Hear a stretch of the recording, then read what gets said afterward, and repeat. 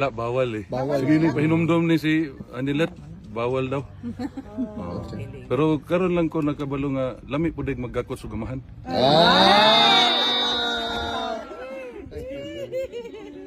Nag-moments pa na sila. Sir, actually sir, in line with that sir, si VP po sa ingon niya sa nahitabo kang former president, the family is much more closer than before.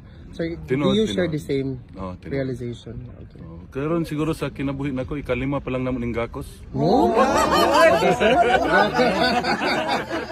Na-react na ko sir. Dili, kay kani siya, babae mo gusto niya. Mas got among gakos karon.